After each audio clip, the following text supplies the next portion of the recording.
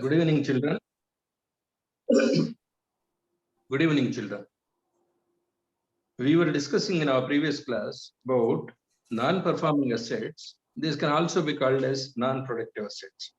The recent term is productive, non-productive, but no, the term which is in circulation is non-performing assets. What is a non-performing asset?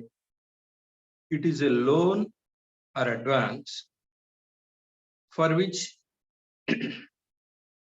principal and interest is remain pending from the borrower up to 90 days. So they patiently wait for 3 installments, 3 EMIs. 3 months, if the EMI is not paid in respect of a loan taken from a bank, that will be considered in banking terms as non-performing asset or non-productive asset. So the terminology, how it differs over a period, if it's outstanding for more than 90 days or more than 1 year, how the terminology in banking sector changes, just you observe. It is an NPA when it is overdue up to 90 days. Then if it is 90 plus up to 12 months, under 12 months, that means between 3 months and 12 months, this is called as a substandard asset. Then if it is crossing 12 months, going beyond, that is doubtful asset. After 12 months, it can be categorized as up to 12 months, it is, that means not 12 months completed, means it's a doubtful asset. When somebody is not paying for 12 months, then no, the outstanding amount, it's definitely doubtful. There should be some valid reason for not paying the EMI. So in subsequent years also, the maintaining the continuity of EMI would be difficult for anybody. They have to pay the outstanding and then no, they have to streamline their EMI. So since that is difficult, that is categorized as doubtful asset. Then subsequently, if it is crossing 12 months, no, it becomes uncollectible also. That means collecting that overdue will be difficult for even bank. In 2000, the loss asset is, that becomes uncollectible. Uncollectible loan, uncollectible NPA is called loss asset. So what I told you, there is an NPA, substandard asset, doubtful asset, and loss asset. Loss asset means it is difficult to be collected, uncollectible. What happened in 2004 and 5? There was no credit boom was there. Loans were available at a cheaper interest rates. Large amounts of loans were given to the industrialists, entrepreneurs. So they have taken loans. They utilize it for many infrastructure projects, like where a lot of expenditure is there, like a road for hundreds of kilometers of road, an industry is to be raised, and then such kind of functions. That is, of course, infrastructure and the economic development is there. But here, for some reason, either the project is getting delayed or the payment position is not proper. Even if these people spend on the project and then they have to submit the bills to the appropriate authority have to release funds on time, then only the payment to the bank happens. If anywhere this gets broken, this chain gets broken, automatically the question of NPA comes up. So that way, lots of money have become uncollectible. You see the recent cases of Vijay Mallya, about 9,000 crores is due to the banks. Loans they have taken for various industrial purposes, business purposes. And Nirav Modi, 13,000 crores. Mehul Choksi. Likewise, there are big industrialists who have taken large amount of loans and now they could not pay on time and they did not pay also. These have become now loss assets. What is the amount of such kind of an NPAs by March 2018 March? 10.3 trillion rupees were as NPAs from the banking sector. Government has taken various measures to reduce the NPAs as well as various measures now to collect whatever it is possible from the borrowers. That way, by 2019, 11.3 trillions have come down to 11.3 trillion was accounting for 10.33 trillion rupees was accounting for 11.3% of the net assets of the bank. That came down to 8.7 by 2019. But what are the measures taken by the government to reduce the NPA? Out of that, 7 measures are important. One is, first, they have formed a Debt Recovery Tribunal, DRT. Debt Recovery Tribunal. Name itself is self-explanatory. They have formed a tribunal to collect the outstanding amount from the borrowers. This tribunal will have judicial powers. They can take, they can attach, and then now they can sell the property, they can realize. They can go to the court. The borrowers can come to this court for a settlement. It goes to the issue is not settled. So, and people are not satisfied with the tribunal judgment. Then there is another body which is formed, an appellate tribunal for DRT is also established by Government of India, that is called Debt Recovery Appellate Tribunal, DRAT. This is one measure. But inadequate infrastructure provided to Debt Recovery Tribunal, less number of people appointed for tribunals have made this DRT not so effective. Then the second measure government has started in 2002 is SARFAESI. SARFAESI,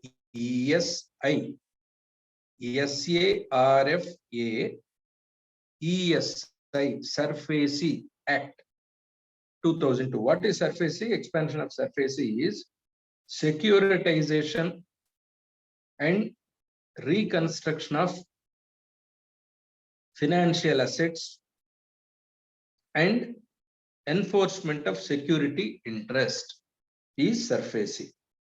Securitization and reconstruction of financial assets and enforcement of security interest. In short form, this is SARFAESI Act 2002.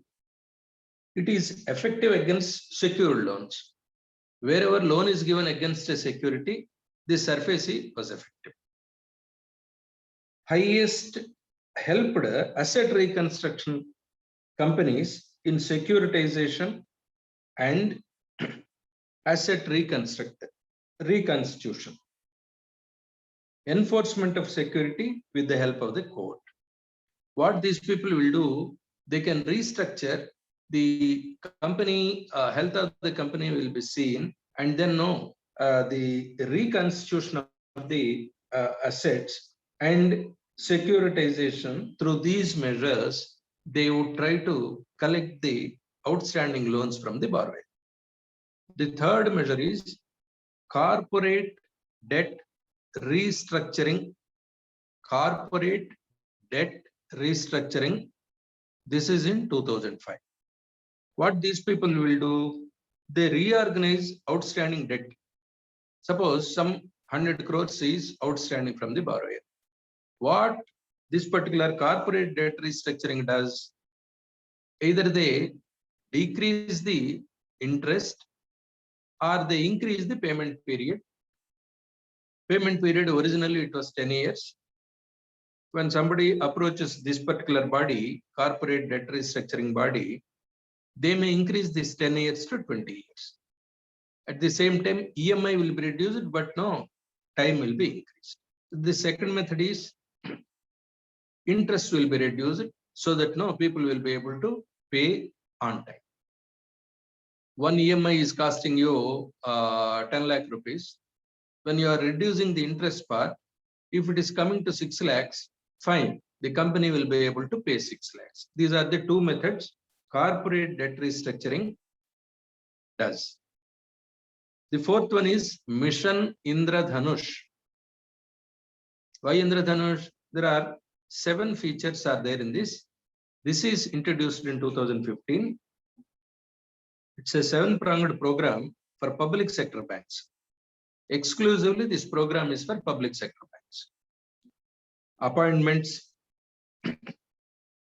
Bank Board Bureau is again established. A Bank Board Bureau is established to look after and oversee the banking operations. Certain of the permissions required while giving the loan should be submitted to Bank Board Bureau. They give permission. Second is capitalization is another area. Another area through which the loan would be recovered. De-stressing. This is again, these are no terms. Simply, you can Indradhanush itself, name itself sufficient. Indradhanush 7-point formula for debt recovery. This applies to public sector banks, not to private sector banks. Then enforcement of certain rules. Accountability is fixed on the banks. Certain reforms are brought on the banks. Through these 7 measures, Mission Indradhanush was effective to some extent in 2015. Then the other measure which they have taken is asset quality review. It's again 2015. This is inspection of the balance sheets periodically by the RBI. Once in 2 months or 3 months, they come, they see how the balance sheet of the bank is maintained. Whether any discrepancy is found by the RBI, they give appropriate guidelines to what sector loan is to be given, under what principle it should be given. Conditions will be laid down by RBI. If it is going in a healthy way, they allow it. If it's not going in a healthy way, future operations of the bank in lending sector will be governed by RBI principles. The 6th one is scheme of sustainable structuring of stressed assets. Scheme of sustainable structuring of stressed assets. This is again called a S4A, 4 S's and A. Scheme of sustainable structuring of stressed assets. It is for big debt projects, major projects, major amounts of loans. This applies there, not all small loans. Remaining small loans to medium loans come under the 5 categories which I have mentioned earlier. And they also see if somewhere the project is not going to be completed and the amount taken is already spent. If they see the feasibility of sustainability of the project, this committee can recommend further loaning also with certain conditions stipulated. So if they foresee by giving certain more amount, the project would be completed. After completion of the project, the person would be able to pay back the amount to the bank. If they feel like that, they can arrange for additional loan amount to the party. 7th is insolvency and bankruptcy code. Insolvency and Bankruptcy Code 2016. IBC. Insolvency, bankruptcy. Insolvency is nothing but liquidating the assets. Bankruptcy is declaring whatever assets are there, no, that will be paid up to the borrowers at whatever rate it's coming up to, it is paid to the borrower. Suppose 100 rupees you have taken as a loan. Ultimately, the total assets of the company, while it is getting closed, is about 50 rupees. Then 50 rupees will be given to the, suppose 100 rupees is borrowed from 4 institutions. This 50 rupees will be paid to that 4 institutions as a part of loan, as a part of loan. If you wait further, even you will not be getting this 50 rupees. That means there is no chance of getting back the money. So whatever money that's right away available, in case you feel it will not be available in future, that will be liquidated, insolvency, and then no, declared as a bankrupt, and the money thus recovered will be paid to the lending agencies.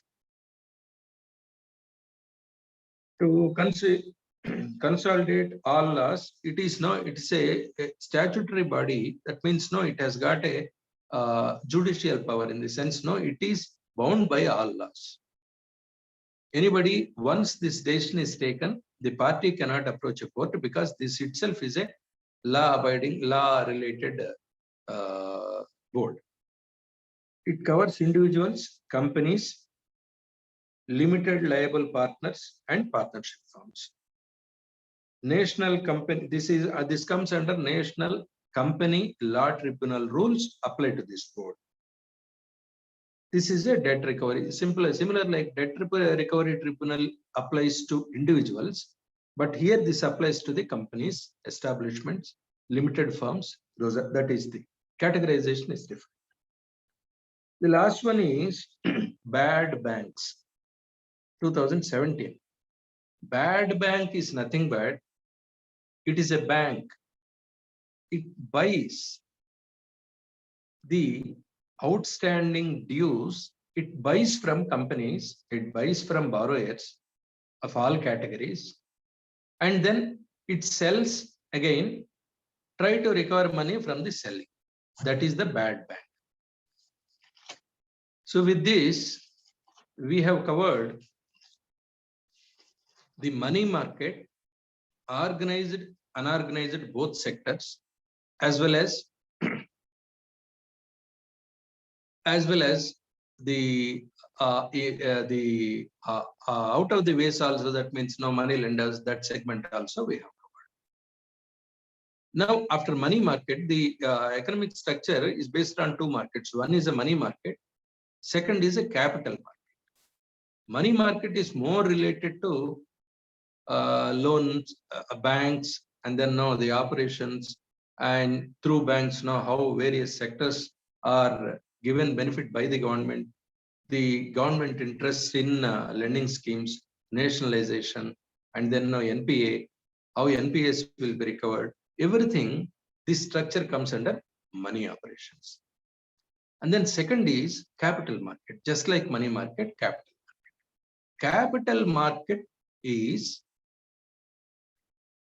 either government or industries borrow money from the public.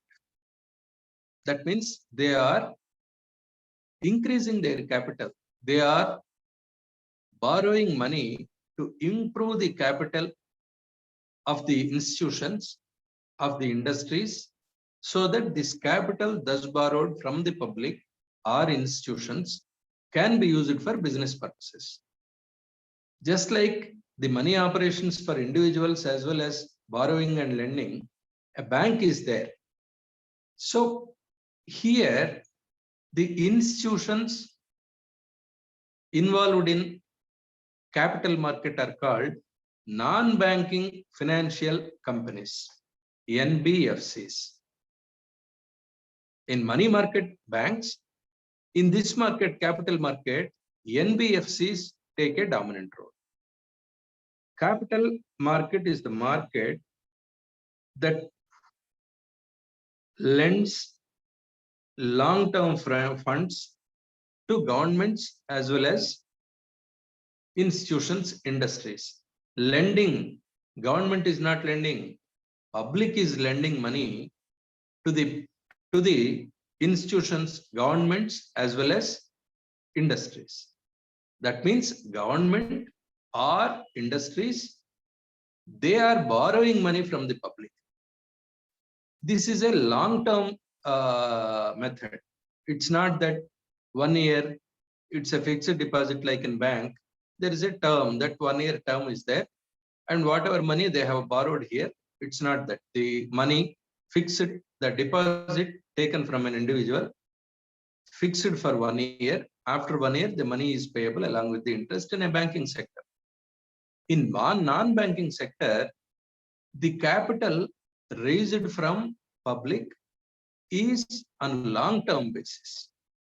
So what are all there in this capital market? How they operate? Let us go into that.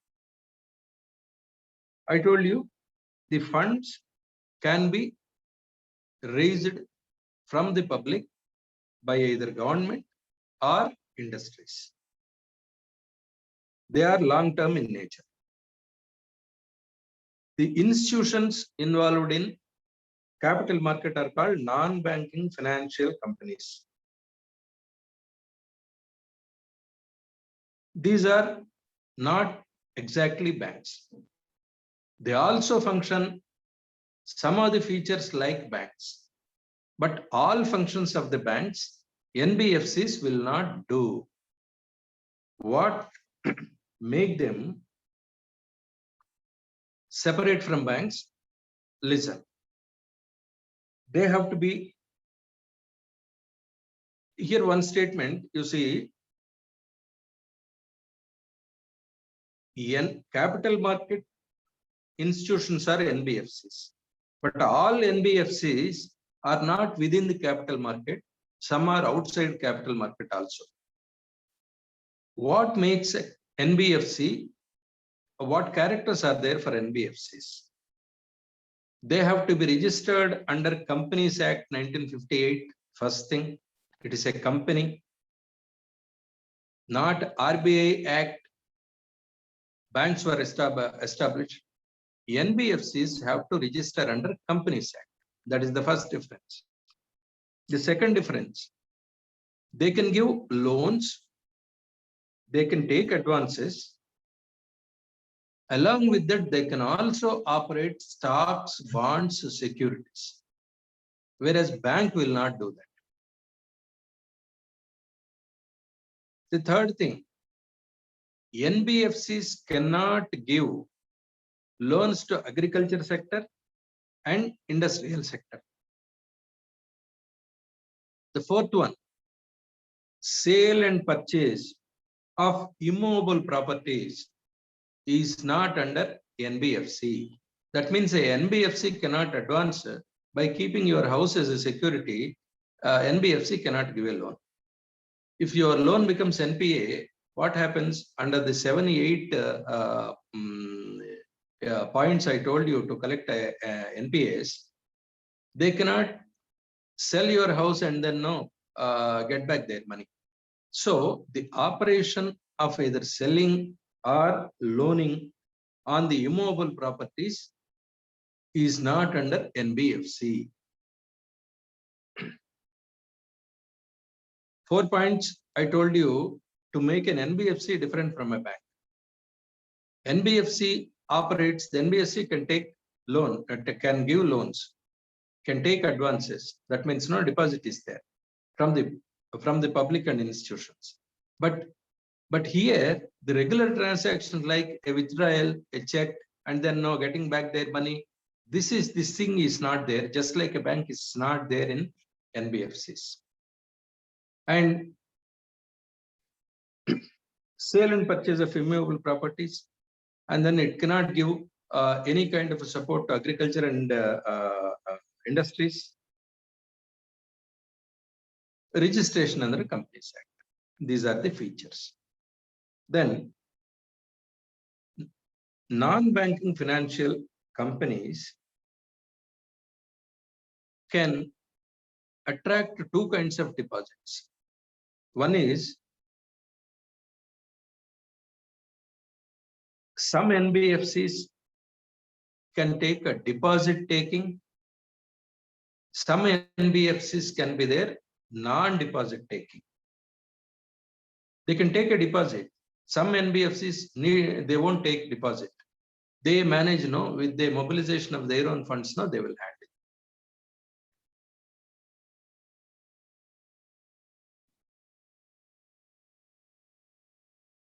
Deposit taking again, demand deposits they cannot take.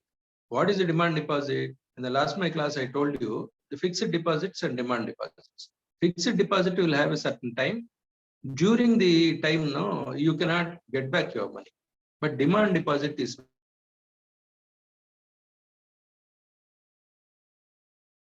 want to withdraw your deposit, you will have a provision, you can immediately withdraw. That provision is there for demand deposit. That's why demand. You raise a demand, you get back your money. But whereas in a fixed deposit, you cannot make a demand until the term is completed. So these NBFCs cannot receive demand deposits.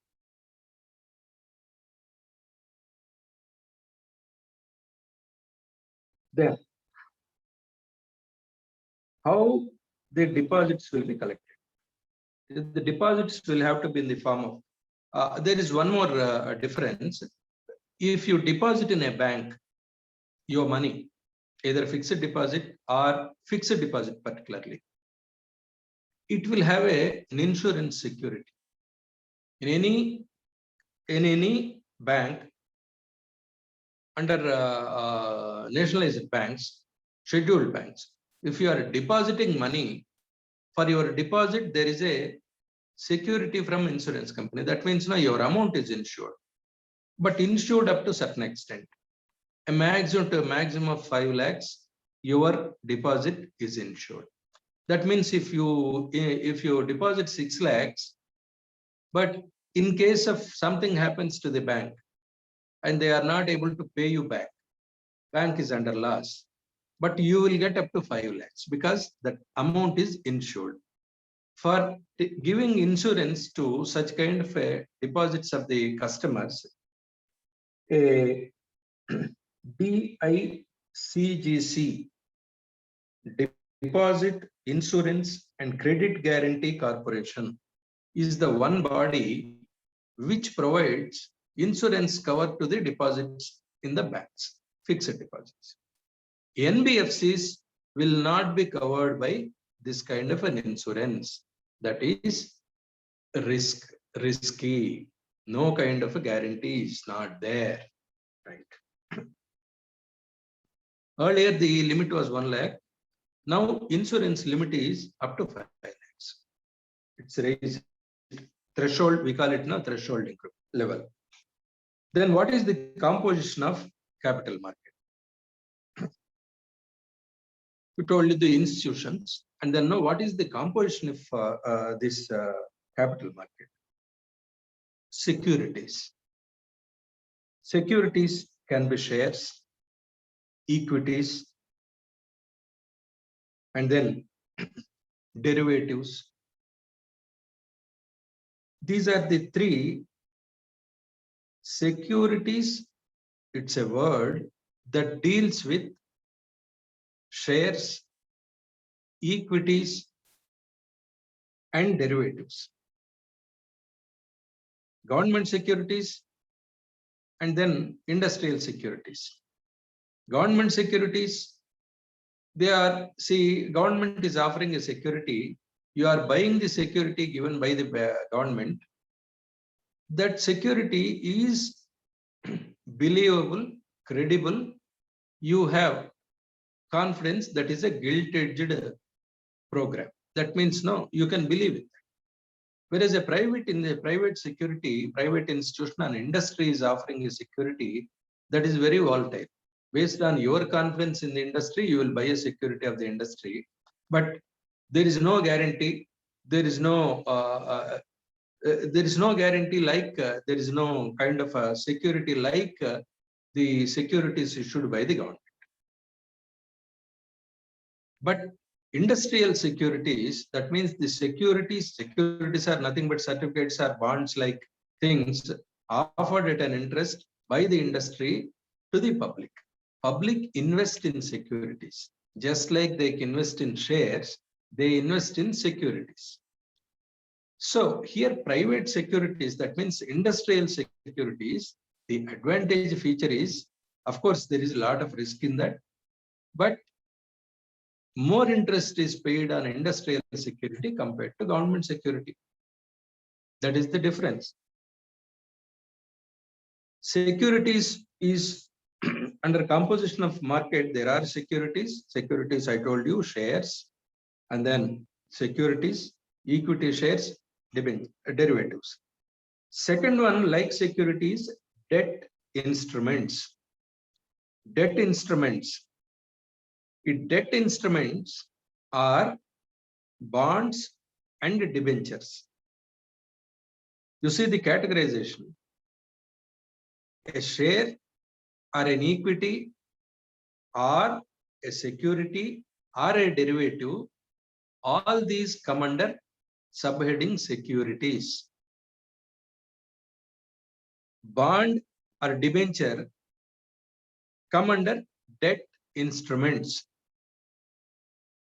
Both are released by either industries and governments to raise money from the public.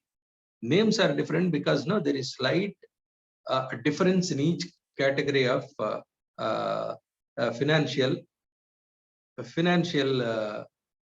description of the instrument. A share is nothing but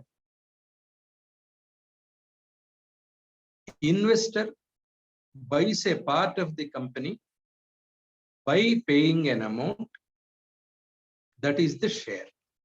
That means share has got an ownership. By buying the share of a company, the buyer is becoming part of the community of ownership of the company. When he is buying a share, as his principal is there in the company, at the same time, if company is getting any profit, he is also entitled to a profit. That means a buying of a share entitles you capital plus part of the profit. That is share. Understood? Then debt instrument is similar kind of investment of the person, public, in the company, in the industry, but it is not given in the form of a share. Debt instrument only entitles you a certain interest on the amount you have invested, but it will not give you shares or ownership. When ownership is not there, you are not entitled for profit. Madam, I will have to join again. Again, sir. Please join Yeah. again. Yes, students, please join again.